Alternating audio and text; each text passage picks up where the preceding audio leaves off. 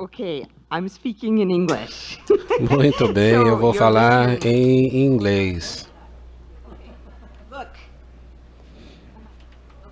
So hopefully people are E listening eu on espero translation. que as pessoas possam me escutar através da tradução. So I'm going to talk about Bom, eu vou current. falar sobre. Oh my God. Meu Deus. Sorry. Current and evolving options. Sobre as opções atuais e em evolução. Opposite. Then it'll work. Okay. Thank you. Certo, So I'm obrigado. going to do this in a case-based way. Então eu vou fazer essa palestra me baseando em casos. Aqui nós temos um homem de 52 anos de idade, diagnosticado com HIV 30 anos atrás. Ele estava em AZT, 3TC, depois AZT, 3TC e nevirapina, depois TDF, FTC e efavirenz. E ele frequentemente tinha problema com a combinação, a carga viral era detectável, agora com 4 mutações, K65R, M74V, K103N, D67N. Então ele passou de ECA com ETR-DRV e quando o dolutegravir esteve disponível, ele começou também a adotar, mas seriam 3 comprimidos diferentes. Ele apresentava uma viremia de baixo grau e ele pediu um tratamento mais simplificado, porque eram muitas doses, e a carga viral é de 30. Então vocês podem pensar, já que nós não temos uma resposta, se nós temos aqui essas combinações, esses regimes, e olhem aqui os genótipos, nós poderíamos utilizar o que? BIC, TAF, FTC, TRV-CoB, DTG, ou tentar simplificar, que é o que ele quer, simplificação. Dolutegravir com epivarina, porque não temos nenhuma limitação nesse caso. Eu sei que vocês ainda não têm a epivarina de ação prolongada, mas eu vou mencioná-la, já que estamos falando de terapia. Ou poderíamos fazer também essa daqui. Então, seu colega diz, ok, ele tem K65R e outros, você começar a contar, fica FTC, porque você não consegue ter resistência em Entegravir. E é o que eu queria dizer a vocês essa manhã, que embora Pictegravir tenha uma alta barreira genética à resistência, você certamente pode obter resistência com Pictegravir. Isso é, mas principalmente foi em relatos de caso, mas eu quero perguntar a vocês, vocês podem levantar as mãos, qual é a mutação que é mais frequente com o Pictegravir? É o N165, basta levantar a mão. Seria E95Q, Q148 que nós falamos antes, seria L75I ou R63K. Então, eu estava mencionando que esse R63Q, mas por que nós sabemos isso? O problema é que a empresa farmacêutica que faz Pictegravir tem um estudo em pacientes bastante resistentes, como pacientes do dolutegravir. Esses foram estudados no estudo Viking, que as pessoas tinham tanta resistência. Então, nós temos que nos confiar em uma pessoa escrevendo um relato de caso, dizer que tomou Pictegravir e teve resistência. E existem relatos de casos agora, esse aqui é um, por exemplo, que foi publicado, onde a pessoa tinha basicamente tipo selvagem, depois desenvolveu um M148V e eventualmente desenvolveu R265K.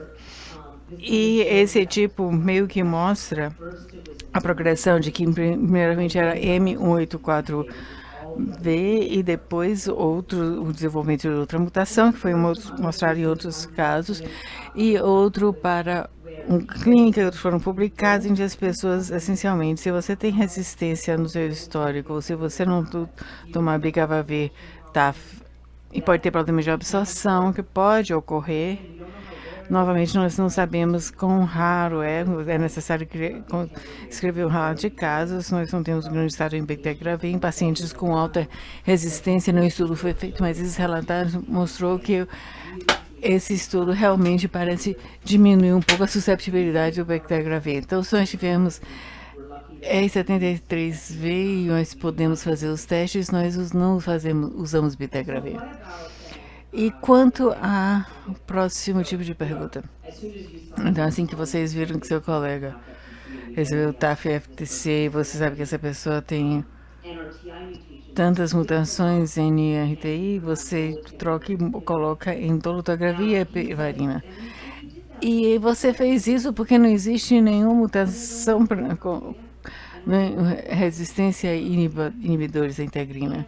E você pode possivelmente usar isso, mas quando você liga para ele, ele diz, bom, eu gosto disso muito, eu quero um comprimido, mas eu não tomo todo dia, eu deixo de tomar 1 ou 2 vezes por semana. Então, deixa eu lhe perguntar, será que você usa dolutegravir heparina se alguém tem mutações em NRTI, mesmo que o estudo SWORD que usaram essas drogas não usaram isso, possivelmente você poderia fazer isso. Então, alguns de vocês diriam sim, eu uso, e outros diriam não, os estudos não estudaram com as mutações em NRTI.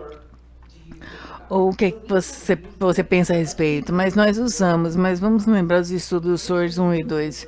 Com dolutegravir e heparina, esses pacientes que tinham uma supressão, nenhum desses era como nosso paciente que tinha uma falha virológica, não supressão, todos estavam virologicamente suprimidos nos estudos SWORD 1 e 2, e sim havia altas taxas de supressão que foi mantida com regime de um único comprimido, mas se a pessoa não toma os seus comprimidos adequadamente, a piverina não tem uma barreira de resistência muito elevada e eu ficaria preocupada em usar esse para esse paciente em particular.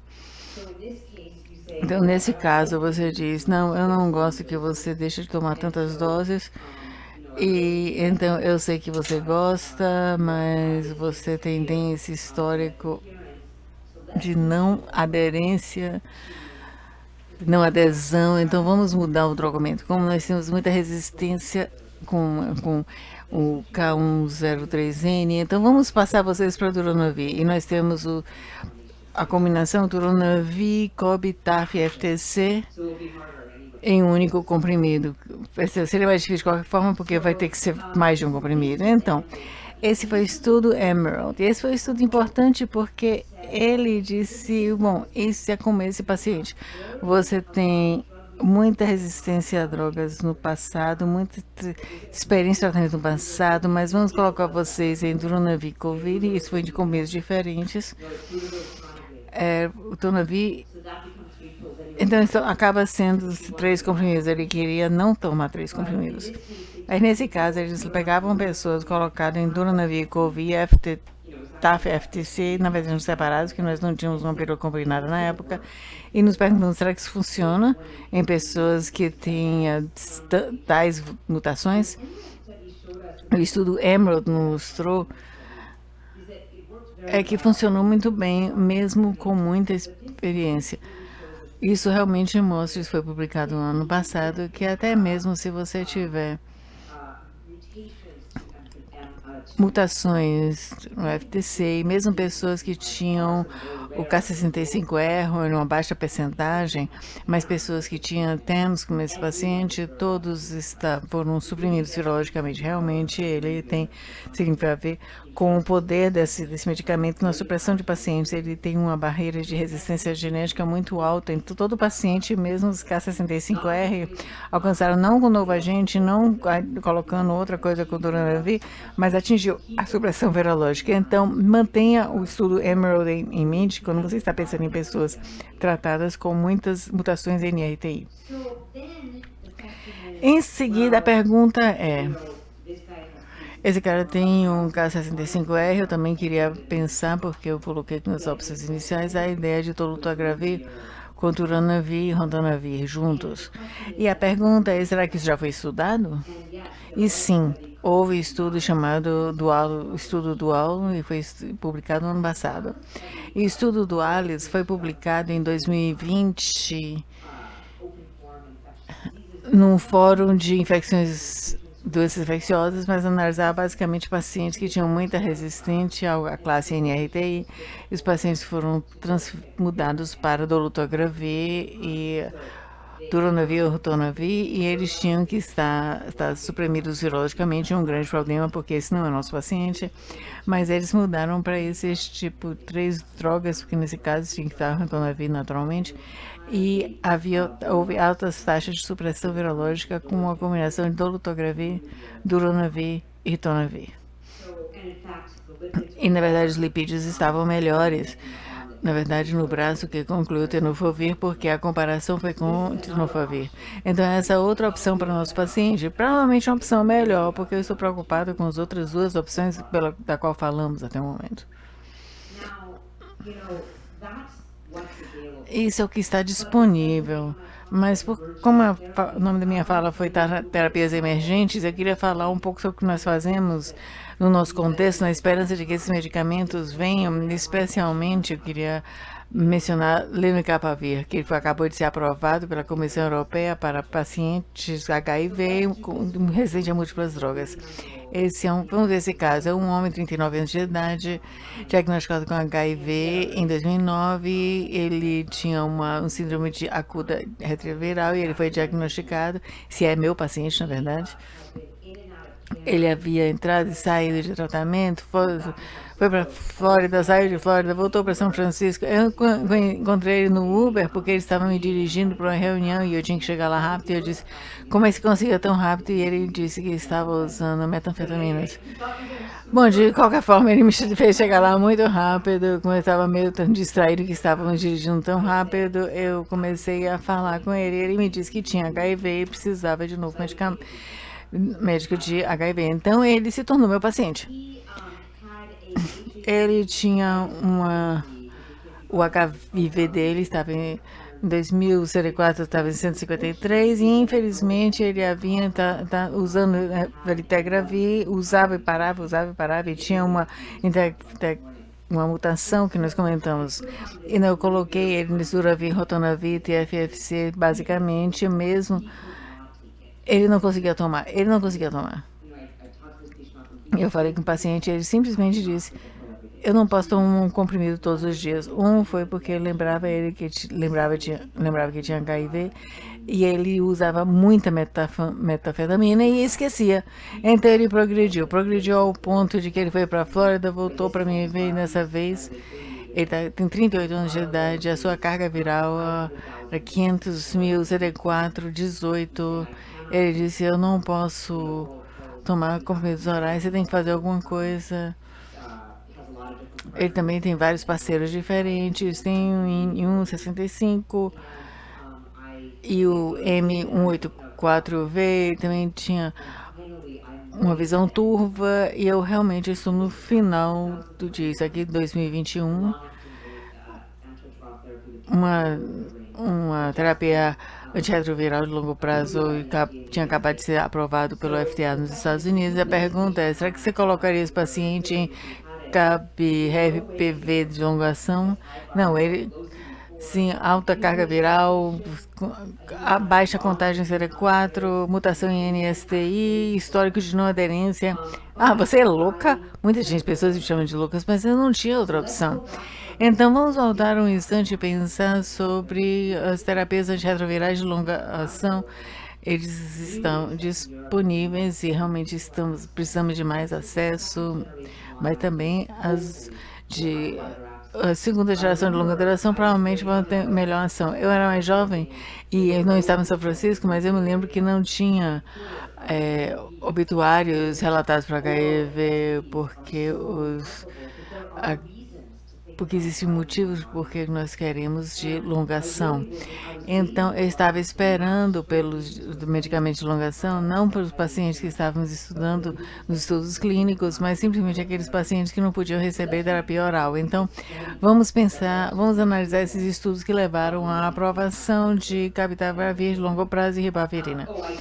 E sim, eu gostaria de mencionar que houve um grande levantamento nos Estados Unidos e basicamente isso sobre baixa aderência, isso aqueles que relatavam adesão de menos de 80%. Então nós temos um grande problema e com a pandemia da Covid também atrapalhou muito nos tratamentos. Então, quais são os estudos que... Um é Flare e outro é Atlas. E quando eu lembro o nome Flare é que foi usado em pacientes virgens de tratamento. Então, assim, você tem um Flare para tentar novas coisas. Então, era um estudo de virgem de tratamento e ninguém foi colocado em captavir e ribavirin logo depois disso. Primeiro, eles foram suprimidos por pelo menos 16 semanas em dolutegravir 3-TC e depois seguiram adiante para medicamento intramuscular após uma dose inicial oral. E esse estudo, no estudo Atlas, eu lembro quando você viajou antes, você já fez muito isso, me significa que você tem pacientes experientes em tratamento e novamente virologicamente suprimidos em relação ao que estavam tomando e depois eram passados para capitegravir e ritonavir. Flare, Atlas são os principais estudos. Depois Atlas 2M foi uma continuação e também acrescentou os novos participantes. E em vez de dar capitegravir e ribavirin a cada 4 semanas, estavam dando doses mais elevadas desses medicamentos a cada 8 semanas injetável. Então, os resultados para Flare e Atlas já estão publicados até 124 semanas. Foi publicado no Lancet. Esses são pacientes civis de tratamento com alta taxa de supressão viral. Atlas ainda temos dados ainda não publicados, foi apresentado ano passado em Glasgow, com taxas muito elevadas de supressão virológica, e um Atlas 2M, indo para cada 8 semanas, foi publicado no Lancet, também altas taxas de supressão viral, e também o estudo, o resumo do ano passado levou até 152 semanas usando os medicamentos, estavam funcionando bem, mas o detalhe é se você falhar nesses injetáveis de longo prazo, você falhou com resultância bem ruim. Então, epivarin, as mutações ligadas a diferentes medicamentos. Então, as taxas são baixas. Se você falhar, você não vai conseguir resgatar isso sem drogas de primeira linha. Que é motivo que eu penso que capitegravir não tem a mesma resistência à barreira que o dolutegravir, por exemplo. Eu acho que é alguma coisa, algum lugar no meio. Estamos nos preocupamos com isso, mas o que nós fizemos em 86, e esse foi o que eu estudei como diretora médica de São Francisco, uma questão que eu acabei de dizer a vocês é que todos os pacientes nesses estudos foram todos foram virologicamente suprimidos. E quanto a usar em alguém, como paciente que eu encontrei no Uber, que não estava virologicamente suprimido e não pode tomar terapia antirretroviral oral e não tinha nenhuma outra escolha. Então, nós começamos um estudo piloto na nossa clínica, nós temos...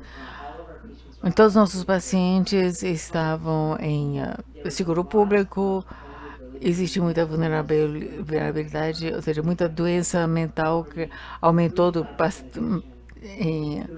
durante a Covid, muita pobreza, muitos drogadictos e é uma população muito desafiadora. São dados que eu nunca apresentei em lugar nenhum, apresentando pela primeira vez, eu vou mostrar os resultados dos nossos pacientes. Então, nós também colocamos no estudo piloto de antirretrovirais de longa ação em pacientes que eram sem teto, porque no São Francisco, nosso programa piloto nós começamos há mais ou menos um ano atrás, e diferentes dos estudos de inclusão dos estudos que eu acabei de comentar, você tem que ser perfeito, tem que ser virologicamente suprimido, e você não precisa ter supressão virológica, não precisa ser perfeito, você só precisa nos dizer que você vai aparecer, vem para a sua injeção ou nos diz onde vamos encontrar. E alguns pacientes nós íamos para a rua para injetar. Esses foram dados que eu também nunca apresentei para ninguém, então vocês vão ser os primeiros a ouvir, que esse é o nossos primeiros 94 pacientes que nós colocamos em terapia antirretroviral de longa ação na nossa clínica. Isso foi de novembro de 2020 até início de agosto de 2022, nós começamos quase 100 pacientes. Observe que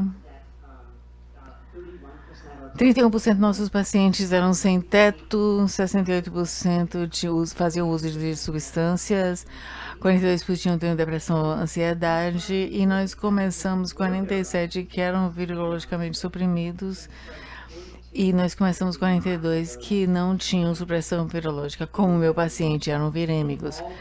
E todos menos um teve supressão. Então, apesar de ser um pequeno estudo, é o maior estudo olhando terapia antirretroviral de longo prazo em pacientes sem supressão virológica, e nós colocamos nesse abstract. Eu espero que encoraje. Nós publicamos um pouco disso na revista no mês passado, e eu espero que encoraje vocês a pensar sobre isso para usá-lo em pacientes que simplesmente não conseguem tomar drogas orais. E eu sei que estou falando de medicamentos que não estão disponíveis aqui, mas espero que fiquem em breve. Também quero falar sobre duas coisas antes de fechar em termos de terapias emergentes. Fomtemsaver é uma droga para pacientes com alta resistência a drogas. Esse é um tipo de medicamento bastante novo, e eu não sei se vocês têm o Fostemsavir aqui. Então, nós usamos isso apenas usamos apenas se precisar. E também usamos Meravorac para pacientes com experiência em tratamento que estão falhando, mas você tem que provar que as células e o vírus com o qual você está lidando ainda é o CCR5 correceptor. E eu vou terminar com uma lenacapavir. O que é lenacapavir? É a primeira. Ele é chamado inibidor do capsídeo do HIV, é um inibidor novo do capsídeo HIV. Então o vírus saiu e está tentando fazer o seu capsídeo e está infectando novas células. E lenacapavir tem uma farmacocinética fantástica, que ele pode ser dado como injeção subcutânea a cada 6 meses. Então, o estudo que analisou ele em pacientes com alto nível de experiência em tratamento, o desenho do estudo foi pacientes com muita resistência, e comparando o que você poderia fazer com acrescentar lenacapavir injeção subcutânea a cada vez 26 semanas, ou seja, injeção 2 vezes por ano. Os dados foram publicados há 2 meses atrás, e que mostrou que, comparado ao padrão de tratamento, aqueles que receberam lenacapavir eram pacientes com forte experiência em tratamento e tinham uma queda importante na carga viral. Vários outros pacientes tiveram supressão viral, especialmente se você tivesse algum backbone que funcionasse. Então, lenacapavir, em torno de 2 semanas atrás, foi colocado nas diretrizes europeias e aprovado na Europa para pacientes já tratados com vários medicamentos. Ainda não foi aprovado nos Estados Unidos, mas vai ser analisado pelo FDA e esperamos que seja aprovado até o final de dezembro. Esse é o tipo de medicamento diferente do ipaverino, que tem uma cadeia longa e os medicamentos não estavam tão ansiosos para liberar. Esse é o tipo de medicamento que poderia ser extremamente grande em termos de tratamento e prevenção em todo o mundo, porque injeção subcutânea 2 vezes por ano, não é nem intramuscular. Eu acho que pode ser algo grande, e existem estudos grandes sendo realizados agora com lenacapavir em participantes de ampla variedade. Então, a conclusão: podemos ser criativos sobre novas combinações de medicamentos para pacientes que já recebeu muitos tratamentos. Eu sei que pacientes não têm Cabirel, mas estamos tentando encorajar as empresas farmacêuticas a serem mais generosas com seus injetáveis. A lenacapavir pode ser uma grande droga no futuro, e nós temos algumas drogas não muito usadas, mas Fostemsavir, por exemplo, para pacientes experientes. Obrigada, Mônica.